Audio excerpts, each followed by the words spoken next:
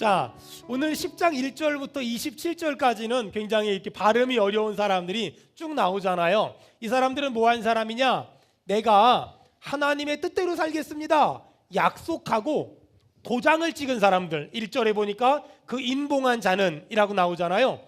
내가 하나님의 말씀대로 살겠습니다 라고 결심하고 인봉을, 도장을 찍은 사람들의 명단이 여기 쭉 나오는 거예요. 10장 1절부터 27절까지는 내가 하나님의 뜻대로 살겠습니다 약속하고 인봉하고 도장 찍은 사람들 명단이 쭉 나온다면, 자 9장 38절 다 같이 읽겠습니다. 시작. 우리가 이 모든 일로 말미암아 이제 견고한 언약을 세워 기록하고 우리의 방백들과 레위 사람들과 제사장들이 다 인봉하나이다 하였느니라. 자 10장 아멘. 1절부터 27절까지는 하나님의 뜻대로 살겠습니다 결단하고 도장 찍은 사람들의 이름이 나오고, 이름이 38절에는 이름보다는 그 사람들의 직분, 방백, 레위 사람, 제사장이라는 그 직분이 나오는데, 누가 하나님 말씀대로 살겠다고 약속했고 인봉했냐? 방백들과 레위 사람들과 제사장들이 하나님 말씀대로 살겠다고 결단했고 인봉, 도장을 찍었다. 이런 내용이 이 느헤미야 10장 1절부터 27절까지 쭉 나오는 내용이에요. 자, 저 보세요.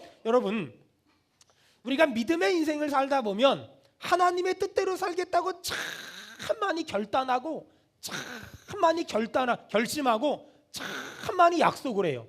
뭐 어떤 사람은 나는 올해 성경 한 번 읽겠다, 뭐 난 올해 술을 끊겠다, 담배를 끊겠다, 뭐 예배를 빠지지 않겠다, 뭐 새벽 예배를 드리겠다, 뭐 이런 많은 결단과 많은 결심들을 해요.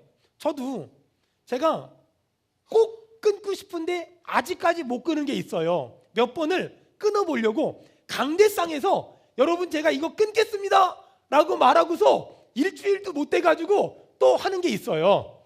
커피를 끊으려고 그렇게 제가 여기서 끊겠다고 말하고 나중에 이제 한 며칠 있다가 마시면서 제가 뭐라 그러냐면, 그때 나는 밀크 커피를 끊을 생각이었지 아메리카노를 끊을 생각이 없었어 이러면서 열심히 마시는 이렇게 사람들은 결단을 하고 결심을 하고 작정을 하고 약속을 해요. 그런데 문제는 시간이 좀 흘러가잖아요. 그러면 내가 그런 약속을 한지도 모르고 살아갈 때가 너무나 많아요. 이게 이스라엘 백성들의 모습이고 오늘 우리들의 모습이에요. 참, 우리가 얼마나 많이 약속했어요? 얼마나 많이 다짐했어요? 사실 내가 약속한 대로만 산다면 세상은 많이 아름다워질 거예요. 내가 결심한 대로만 산다면 가정이 싸울 일이 없어요. 내가 작정한 대로만 산다면 부모 자식 간의 갈등이 있을 리가 없어요. 근데 문제는 우리는 수없이 약속하고 수없이 결심하고 막 각서도 쓰고 새끼손가락도 걸고 엄지손가락으로 찍고 손바닥으로 비비고 별짓을 다 했는데도 불구하고 우리는 못 지킬 때가 너무나 많다는 거예요. 자, 여기 술 좀 마셔본 분들은 아마 아실 거예요. 술 마신 사람들이 정신 차리고 나면 안 먹겠다고 얼마나 약속을 하는지 막 그냥 뭐라고 약속해요. 내가 또 먹으면 성을 간다고. 그래서 김씨가 황씨가 되는 거예요. 막 또 먹으면 막 성을 간다고. 어떤 사람은 또 먹으면 손에 장을 지진다고. 제가 잘 몰라서 그러는데 손에 장은 어떻게 지지는 거예요? 손을 고추장에 담그는 건가? 아니면 이렇게 하여간 손에 장을 지진다고 막 이런 사람도 있고요. 하여간 별 사람이 다 있어요. 근데 그렇게 약속하고 내가 앞으로 이렇게 안 살겠다고 해놓고 또 그렇게 살고 또 그렇게 살고 또 그렇게 사는 사람들이 얼마나 많아요. 그러니까 그러면 그 사람이 약속한 걸 못 지키니 사람이 나쁜 걸까? 아니에요. 사람이 나쁜 게 아니라 사람은 원래부터 내가 한 약속을 지킬 만한 능력이 없어요. 내가 한 약속을 지킬 만한 그런 힘이 나에게 없단 말이에요. 지금도 성경에도 하나님의 말씀대로 살겠다고 이스라엘 사람들이 약속을 했고 도장까지 찍었어요. 여러분, 우리 성도들 가운데서도 하나님 말씀대로 살겠다고 약속하고 도장 찍고 각서 쓰고 손바닥 비비고 엄지손가락 문지른 사람들 되게 많거든요. 가끔 새가족 과정 끝날 때 어떤 분들은 저한테 인사할 때 뭐라 그러냐면, 목사님, 내가 수원 은혜교회에 뼈를 묻겠습니다. 뭐 이런 사람들도 있어요. 참고로 저도 묻을 마음이 없으니까 여러분들 묻을 생각하지 말고요, 이번 주나 잘해요 그냥. 여러분, 우리가 이런 사람들이 굉장히 많단 말이에요. 막 뼈를 묻겠다 그러고, 내가 목사님을 위해서 내가 죽도록 충성하겠다 그러고. 여러분, 절대 그러지 말아요. 저는 여러분이 그러지 말았으면 좋겠고요. 여러분, 저보다 조금 믿음이 약해야 내가 그래도 믿음 있는 척하고 살 수 있으니까 적당히 하세요, 적당히. 근데 어떻게 하면 약속한 걸 지킬 수 있고, 결단한 걸 지킬 수 있고, 결심한 것을 지킬 수 있을까? 여러분, 사람이 약속하고 사람이 결단하고 사람이 결심한다고 그대로 살 수 없어요. 신약 성경에 보니까 성령을 받으면, 성령을 충만하게 받으면 내가 약속한 것 이상으로 살 수 있고, 내가 결단한 것 이상으로 살게 될 줄 믿습니다. 아멘. 내가 성령을 받으면, 성령의 충만함을 받으면 내가 결단한 것 이상으로, 약속한 것 이상으로 살 수 있더라. 여러분, 그래서 하나님을 믿는 사람들은 날마다 하나님께 기도해야 돼요. 따라합시다. 성령 충만을 주시옵소서. 성령 충만을 주시옵소서. 성령 충만을 주시옵소서. 성령 충만을 주시옵소서. 날마다 이 성령 충만을 달라고 막 기도해야 돼요. 보세요. 내 힘으로 살려고 하면 못 살아요. 내 능력으로 살려고 하면 못 살아요. 모니터 스피커 조금만 올려주세요. 내 열심과 내 지식과 내 지성으로 하려고 하면 언제나 한계에 딱 부닥친단 말이에요. 그렇다면 어떻게 내가 약속한 대로 살 수 있고, 어떻게 내가 결단한 대로 살 수 있을까? 여러분, 그래서 교회는요, 일합시다, 헌신합시다, 봉사합시다, 이런 말보다 은혜 받읍시다. 따라합시다. 은혜 받읍시다. 은혜 받읍시다. 성령 충만 받읍시다. 성령 충만 받읍시다. 이런 말을 많이 해야 돼요. 만나는 사람마다 은혜 받읍시다, 은혜 받읍시다, 은혜 받읍시다. 옆 사람 얼굴 좀 봐봐요. 얼굴이 은혜가 많이 필요해 보일 거예요. 은혜 받읍시다. 시작. 은혜 받읍시다. 또 반대편 은혜 받읍시다. 시작. 은혜 받읍시다. 은혜 받읍시다. 오늘 이스라엘 사람들이 예루살렘 성벽이 무너진 이유를 알았어요. 왜 무너졌을까? 우리가 하나님의 말씀에서 벗어났기 때문에 예루살렘 성벽이 무너졌다는 걸 알았고, 이제 느헤미야를 중심으로 예루살렘 성벽을 재건했어요. 예루살렘 성벽을 재건한 다음에 가장 먼저 학사 에스라를 불러다가 말씀을 들려주세요. 그리고 말씀을 들었어요. 말씀을 듣고 나서 지금 이스라엘 사람들이 결단한 거예요. 이제 내가 하나님 말씀 꼭 붙잡고 살겠습니다. 이렇게 약속한 사람들만 10장 1절부터 27절까지 명단을 쫙 기록했어요. 명단을 쫙 기록했어요. 그리고 하나님 말씀대로 살겠다고 약속을 했지요. 도장을 찍었지요. 그리고 마지막으로 한 가지가 더 있어요. 이제 도장을 찍었는데, 하나님, 내가 하나님 앞에 이제는 말씀대로 살겠습니다. 약속하고 도장 찍고 그 다음에 그 증거를 보여드리겠습니다. 그 증명을 하겠습니다 하고 이스라엘 사람들이 한 것이 하나 있어요. 그게 뭐냐? 10장 35절부터 37절까지. 자, 우리 다 같이 읽겠습니다. 시작.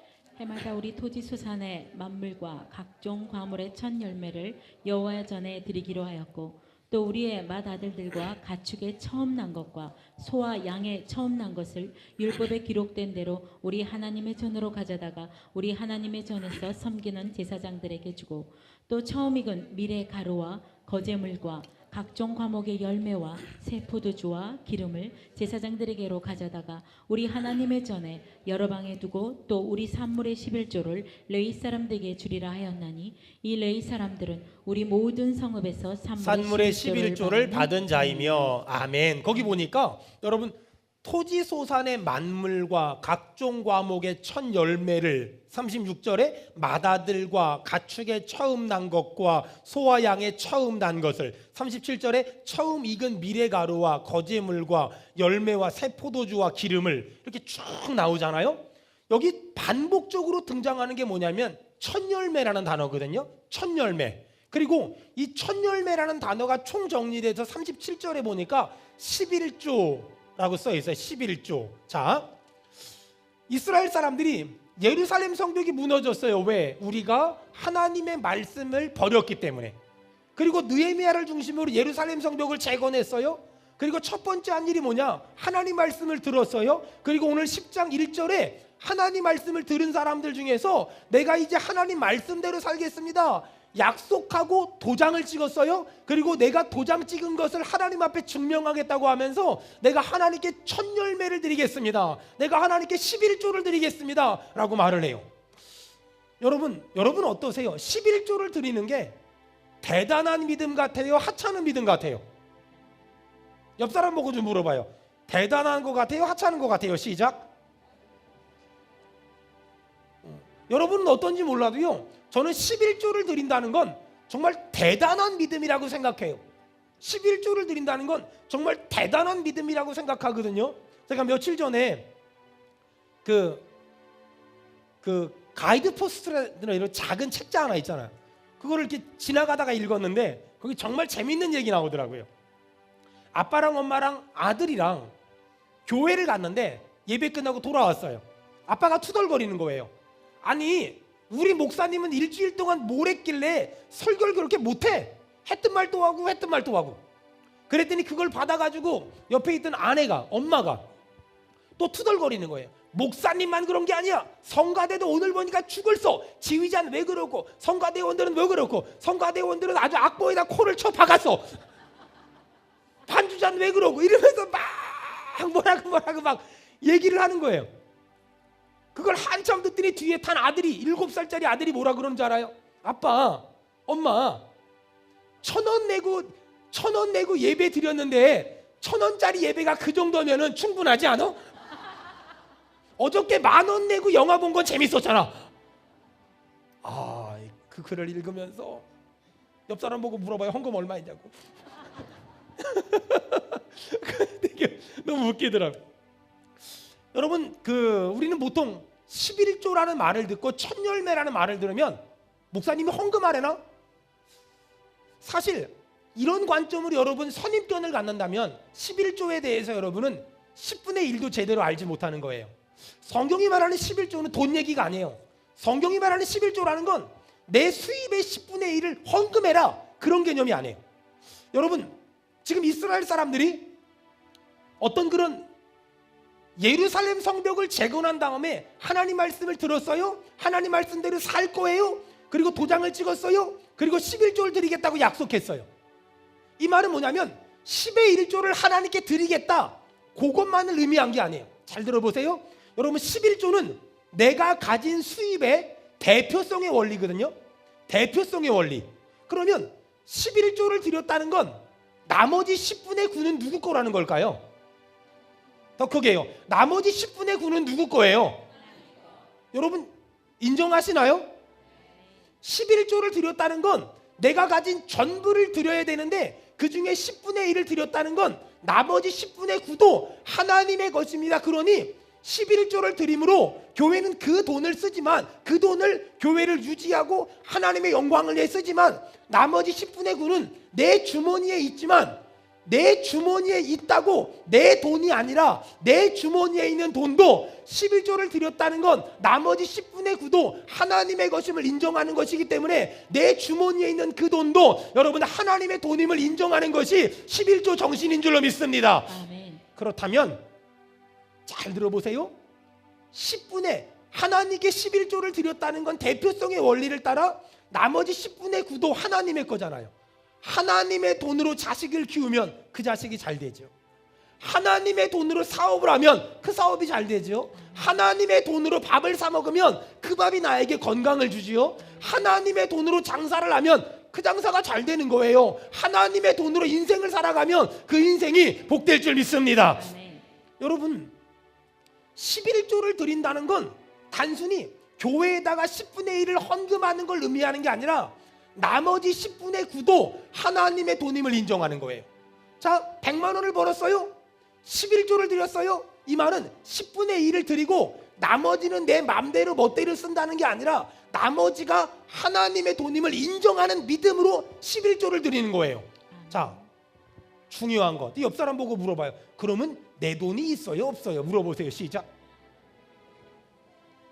여러분 11조를 드린다는 건 대표성의 원리로 드린 거예요? 그럼 나머지 10분의 9도 하나님의 거예요? 내 돈이 있어요 없어요? 없어요. 그래서 마태복음에 뭐라 그래요? 마음이 청결한 자가 복이 있고 심령이 가난한 자가 복이 있다는 건 내 것은 하나도 없다는 거예요. 11조를 드린다는 건 뭐냐면 내 건 아무것도 없다는 거예요. 내 주머니에 있다고 내 것이 아니라 내 주머니에 있는 것도 여러분 하나님의 돈이라는 거예요. 그게 11조 정신이고 11조 가치관이라는 거예요. 여러분 나는 내 돈이 없기 때문에 그러면 세상에 썩어질 것을 위해서 쓸 돈이 없어요. 여러분 여기 사업하시는 분들 잘 들어봐요. 내가 사업이 잘 되려고 보니까 어디다가 뇌물을 좀 줘야 돼. 아니 뇌물 줄 돈이 없잖아요. 하나님의 돈으로 뇌물 주면 안 되잖아요. 뭐 좀 잘하려고 보니까 막 로비를 해야 되고 막 음주 가물을 좀 해야 돼. 근데 그럴 돈이 없는 거예요. 내 주머니에 있는 돈은 누구 돈이에요? 그게 누구 돈이에요? 하나님의 돈이니까 하나님의 돈 가지고 쓸데없는 짓 하면 안 돼요. 하나님의 돈 가지고 나쁜 짓 하면 안 돼요. 하나님의 돈 가지고 죄 짓는 데 쓰면 안 돼요. 하나님의 돈 가지고 이상한 짓 하면 안 돼요. 여러분 기독교 신앙이라는 건 그래서 거룩함과 경건함과 깨끗함을 가지고 살 수밖에 없어요. 많은 사람들이 그동안 전통적인 신앙은 뭐냐면 돈을 벌었어요. 그 중에 11조 하나님께 드렸어요. 나머지 가지고 내 마음대로 내 멋대로 내 뜻대로 내 기분대로 내 승질대로 써도 괜찮아. 나는 11조 드린 사람이야. 그런 신앙은요 11조가 뭔지 진짜 모르는 거예요. 11조는요 얼마를 드리냐가 중요한 게 아니고 얼마나 많이 드리냐가 중요한 게 아니에요. 11조를 드리고 못 드리고 중요한 게 아니에요. 내가 나머지 10분의 9를 어떻게 쓰냐가 훨씬 중요해요. 나머지 10분의 9를 어떤 가치관과 어떤 사고방식과 어떤 정신으로 드릴 것인가 이게 중요해요. 여러분은 11조를 드렸어요. 그 돈으로 교회 재정은 교회는 하나님 뜻대로 그 돈을 쓰고 있어요. 나머지 10분의 9는 여러분의 주머니에 있어요. 여러분 제가 어떻게 써야 됩니까? 라고 말하면 이렇게 말합시다. 하나님의 뜻대로 써야 됩니다. 어떻게 써야 됩니까? 하나님의 뜻대로 사용합니다. 그렇죠? 교회는 여러분이 드린 헌금을 하나님의 뜻대로 써야 되고 여러분은 나머지 10분의 9를 하나님의 뜻대로 쓸 때 세상이 아름다워질 것이고 하나님께 영광 돌릴 수 있을 줄로 믿습니다. 그게 믿음 생활이라고 말해요. 11조를 드렸다는 거 가지고 나머지 10분의 9는 내 마음대로 멋대로 써야 된다고 말하지 말란 말이에요. 그건 기독교 신앙이 아니고 기독교 정신이 아니란 말이에요. 여러분 저는 수원은혜교회 담임 목사로서 교회 재정을 쓸 때 몇 가지 원칙을 가지고 쓰고 있어요. 첫 번째, 내가 이렇게 돈을 쓰면 하나님이 어떻게 생각하실까? 왜냐하면 교회 재정의 주인은 하나님이시니까. 하나님은 어떻게 생각하실까? 두 번째, 내가 이렇게 교회 재정을 쓰면 헌금한 사람들은 어떻게 생각할까? 세 번째, 내가 이렇게 교회 재정을 쓰면 교회 재정부원들은 어떻게 생각할까? 네 번째, 내가 이렇게 돈을 쓰면 2달에 한 번 열리는 재직회에서 재직들은 어떻게 생각할까? 이 네 가지를 생각해요. 이 네 가지에 하나라도 걸리면 재정 지출을 중단시켜요. 이 네 가지 중에 하나라도 걸리면. 그리고 어떤 돈은 헌금으로 쓰고 어떤 돈은 회비로 쓸 것인가. 먹고 마시는 건 회비를 쓰고 그 다음에 하나님의 일에 대해서는 헌금으로 쓰고. 세 번째, 형평성의 원칙에 어긋나면 재정 지출을 줄여요.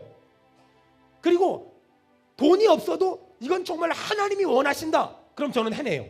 여러분 교회 재정을 쓸 때도 저는 하나님 눈치를 보거든요. 여러분 그렇다면 저는 행정적으로 수원은혜교회 담임 목사로서 교회 재정을 집행할 때 하나님의 눈치를 본다면 여러분은 나머지 10분의 9를 주머니에 가지고 있잖아요. 내 뜻대로 쓰면 안 돼요. 내 마음대로 쓰면 안 돼요. 내 기분대로 쓰면 안 돼요. 여러분 내 주머니에 있는 돈이 누구 돈이라고요? 그게 누구 돈이라고요? 하나님의 돈. 하나님의 돈이라면 여러분 눈치 보아야 돼요. 하나님, 내가 이 돈을 써야 될까요? 쓰지 말아야 될까요? 내가 이 물건을 사야 될까요? 사지 말아야 될까요? 내가 이 옷을 사야 될까요? 사지 말아야 될까요? 아니 어느 날 주머니에 100만 원이 생겼는데 갑자기 50만 원짜리 물건이 싸게 판다고 전단지가 들어왔어. 가자! 사자! 물어봐야 돼. 하나님, 내 주머니에 100만 원이 있는데요 50만 원짜리 물건을 사야 될 필요가 있는데요 살까요 말까요? 주님이 사지 마라 그러면 앞에까지 왔다가도 돌아올 수 있어요. 왜요? 여러분 내 주머니에 있는 돈의 주인이 누구예요? 여러분 정말 인정하십니까? 아멘. 기독교 신앙이라는 건 11조를 드렸다는 데에서 끝나면 안 돼요. 나머지 10분의 9도 하나님의 뜻대로. 여러분 지금 이스라엘 사람들은 11조를 하겠습니다. 첫 열매를 드리겠습니다. 이것이 돈에 대한 개념으로 본 게 아니라 영적인 회복, 삶에 대한 회복, 거룩함에 대한 회복, 경건함에 대한 회복으로 본 거예요. 내 주머니에 있는 돈이 하나님의 돈이니까 여러분 하나님의 돈 가지고 슬퍼 마실 수 있어요? 하나님의 돈 가지고 바람 필 수 있어요? 하나님의 돈 가지고 죄질 수 있어요? 하나님의 돈 가지고 나쁜 짓 할 수 있어요? 하나님의 돈 가지고 이상한 짓 할 수 없어요? 있어요? 없잖아요. 여러분 지금 첫 열매를 드리겠습니다. 이스라엘 사람들이 11조를 드리겠습니다. 이건 돈 갖다 바치겠다는 개념이 아니라 거룩함, 경건함, 순결함, 깨끗함, 정직함, 드린 것만 하나님의 돈이 아니라 내 주머니에 있는 돈도 전부 하나님의 돈이니 하나님 내가 이 돈을 하나님의 뜻대로 하나님이 기뻐하는 방법대로 하나님 마음에 합한 대로 하나님의 마음을 시원케 해드리는 대로 하나님 내가 쓰겠습니다. 아멘 합시다. 이것이 11조 정신이고 11조 가치관이에요. 여러분 그래서 11조를 들여서 복 받는다 이 개념은 교회에 11조 갖다 바쳐서 복 받는다는 개념이 아니에요. 이건 미신이고 기복신앙이에요. 목사님 저는 11조 다 한 번도 안 빼먹고 바쳤습니다. 잘 들어보세요. 이 말이 교회에다 헌금했다는 개념으로 받아들인다면 그 사람은 11조 정신을 모르는 거예요. 11조 정신이란 교회에다가 11조 바쳤습니다 이게 아니에요. 나머지 10분의 9를 어떻게 쓰고 있나? 나머지 10분의 9를 어떻게 쓰고 있나? 나머지 10분의 9를 어떻게 사용하고 있나? 이게 11조 정신이고 11조 가치관이고 이건 영적인 회복을 의미하며 삶에 대한 회복을 의미하는 거예요. 저는 우리 성도들이 11조 정신을 가지고 물질을 바라보고 11조 정신을 가지고 살아가기를 주의 이름으로 축원합니다. 그런 의미에서 저희 수원은혜교회 여러분 잘 한번 생각해 보세요. 수원은혜교회 재정부가 가지고 있는 돈은 수원은혜교회 걸까요? 아니면 하나님의 것일까요? 그렇죠? 하나님의 것이에요. 그러므로 수원은혜교회가 교회 재정을 지출할 때도 항상 하나님의 눈치를 봐야 돼요. 하나님 이 일 할까요 말까요? 하나님 이 돈 지출할까요 말까요? 언제나 그런 관점을 가지고 교회 재정을 바라보고 교회 헌금을 바라보니까 하나님이 기뻐하시는 일은 힘들어도 하고 하나님이 싫어하시는 일은 돈이 있어도 안 한다. 그 원칙이 딱 정리가 되는 거예요. 선교사님들 돕는 일 하나님이 기뻐하시니까 해야지. 군부대를 지원하는 일 하나님이 기뻐하시니까 해야지. 청년들을 지원하는 일 하나님이 기뻐하니까 해야지. 청소년 사역 하나님이 기뻐하니까 해야지. 힘들고 어려운 사람 돕는 일 하나님이 기뻐하니까 해야지. 장학금 주는 일 하나님이 기뻐하니까 해야지. 사랑하는 여러분, 우리 교회가 알게 모르게 하고 있는 이 많은 일들이 있잖아요. 이 많은 일들이 어떻게 진행될까? 지난 16년 동안 단 한 번도 건축 헌금을 작정해 본 적도 없고 선교 헌금을 작정시켜 본 적도 없어요. 어떻게 이 많은 일을 진행할 수 있었을까? 여러분이 낸 11조와 여러분이 낸 감사 헌금으로 이 많은 일을 진행했어요. 그리고 단 한 번도 내 뜻대로 내 마음대로 지출해 본 적 없고 항상 하나님의 눈치를 받고 하나님의 마음을 읽으려고 했었고 하나님의 관심을 가지려고 했었어요. 여러분 오늘 우리는 예배 가운데서 두 가지를 구분해야 돼요. 하나님께 마땅히 드려야 될 11조 그리고 나머지 10분의 9. 여러분이 드린 11조는 교회가 하나님 눈치 보면서 선한 일에 더 낮은 곳에 더 어려운 곳에 더 연약한 곳에 흘려보낼 거예요. 여러분이 가지고 있는 10분의 9를 어떻게 쓸 것인지를 오늘 예배 가운데 여러분 결단했으면 좋겠어요. 여러분이 가지고 있는 10분의 9 내 돈이니까 내 맘대로 써야지 내 돈이니까 내 뜻대로 써야지가 아니에요. 여러분이 가지고 있지만 하나님의 돈이니 하나님의 뜻대로 쓰기를 주의 이름으로 축원합니다. 주의 이름으로 축원합니다.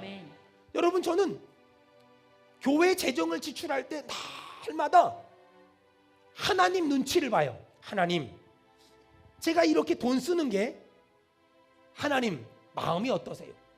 괜찮다 그럼 써요. 좀 부담된다 그러면 안 써요. 저는 우리 교회에서 사역하는 사람들 밥을 좀 잘 사주는 편인데, 난 12시 반이 되면 제가 우리 교회에서 이렇게 봉사하고 저렇게 봉사하면 밥 먹으러 갑시다 이렇게 소리 지르면 나올 사람들이 막 나와요. 그럼 제가 밥 사줘요. 그리고 제가 교회에다가 재정을 이렇게 청구하지 않아요. 재정을 청구하지 않는 이유는 딱 한 가지. 저는 날마다 하나님의 눈치를 보거든요. 하나님이 좋아하실까 싫어하실까. 사실 제가 하나님의 눈치를 안 본다면 한번 제가 하고 싶은 거 하나 있어요. 교회에서 고생하는 많은 사람들 있잖아요. 비싼 뷔페 불러다가 정말 한번 제대로 먹이고 싶은 그런 욕심이 있어요. 하지만 아직까지도 못했고 앞으로도 못할 거예요. 저랑 밥 먹으러 가면 저는 제가 제일 맛있는 걸 시키고 그 밑으로 시키라 그래요. 왜냐하면 저는 하나님의 눈치를 보는 목사거든요. 하나님의 눈치를 봐야 되기 때문에 마음은 정말 비싼 음식, 막 호텔 음식 사주고 싶지만 한 번도 그래 본 적이 없고 앞으로도 그럴 가능성이 없어요.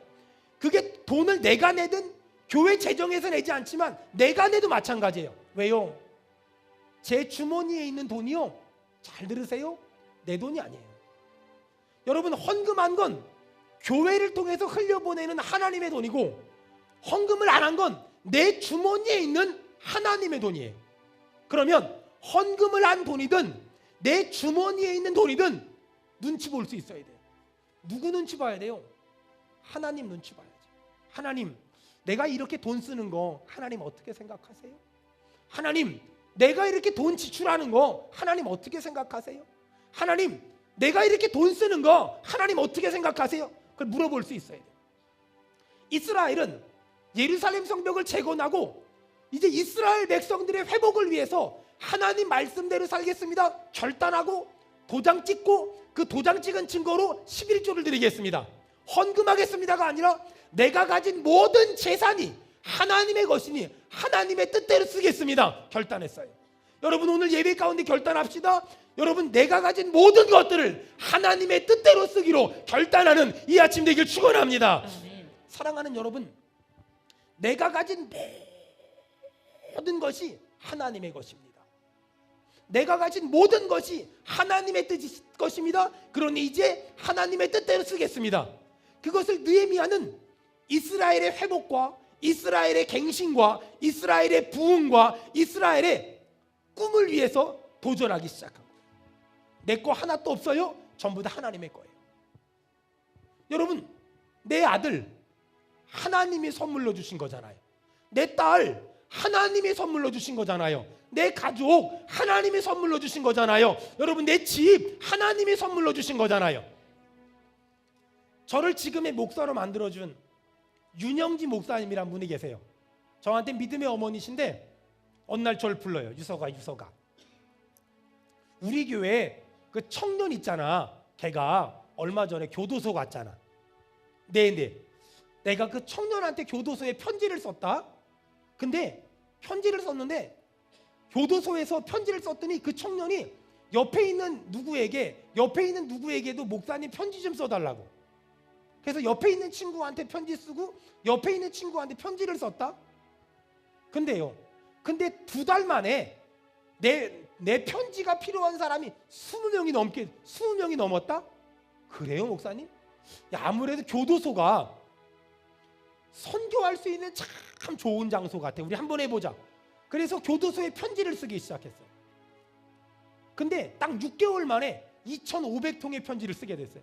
사랑의 편지 나눔회라고. 매 주일마다 2,500장 우표를 붙여야 돼요.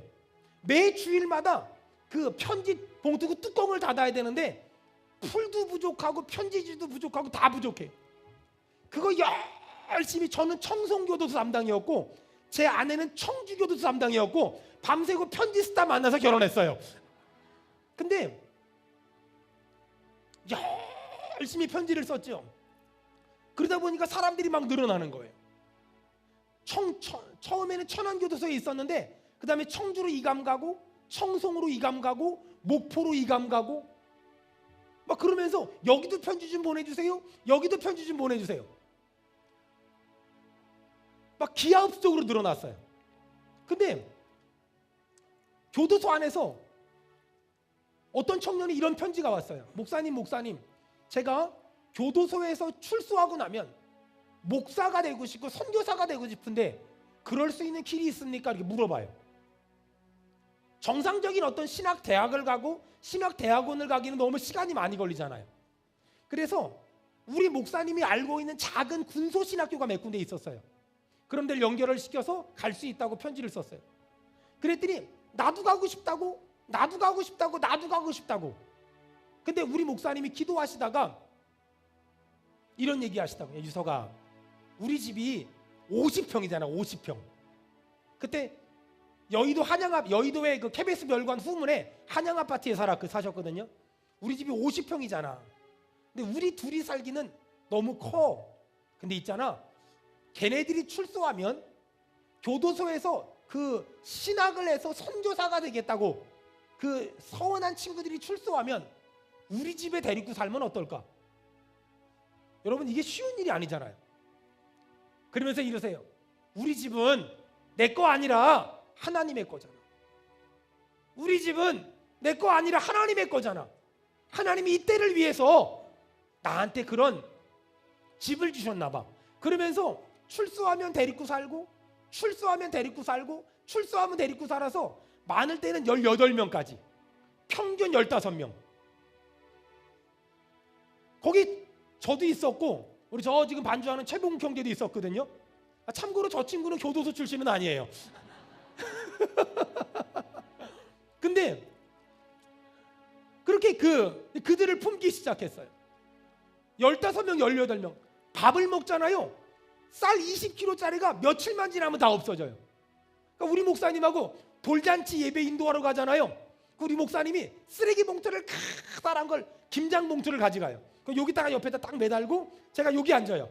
우리 목사님은 갖고 와서 밀면 전 여기 넣고, 갖고 와서 밀면 여기 넣고, 갖고 와서 밀면 넣고, 이래가지고 그 15명 얼마나 잘 먹는지 몰라요. 얼마나 잘 먹는지 몰라.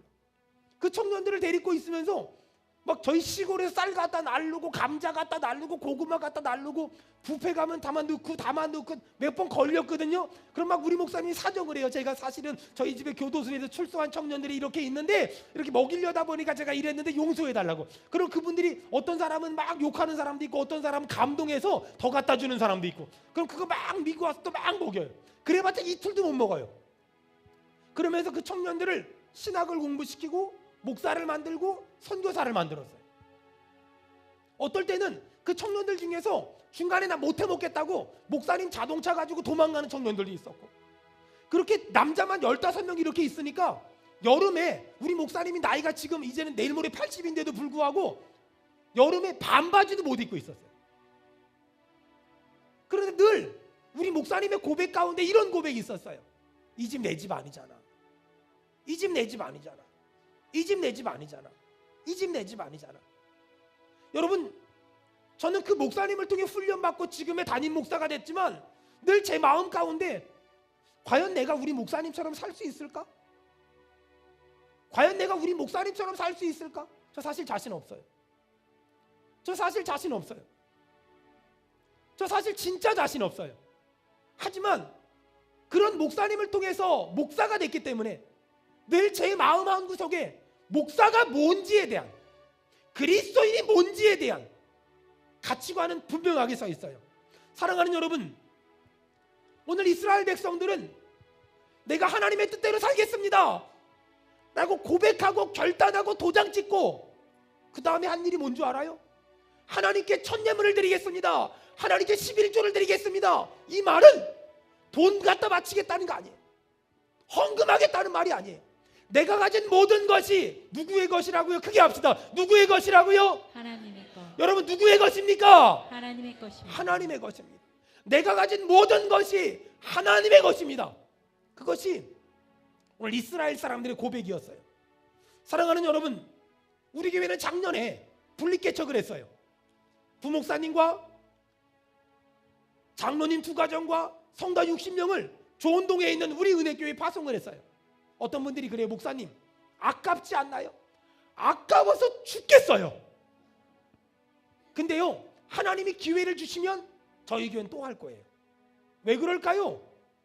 저에겐 단순한 믿음이 있어요. 수원은혜교회는 내 것이 아니라는 거. 수원은혜교회 성도들도 내 것이 아니라는 거.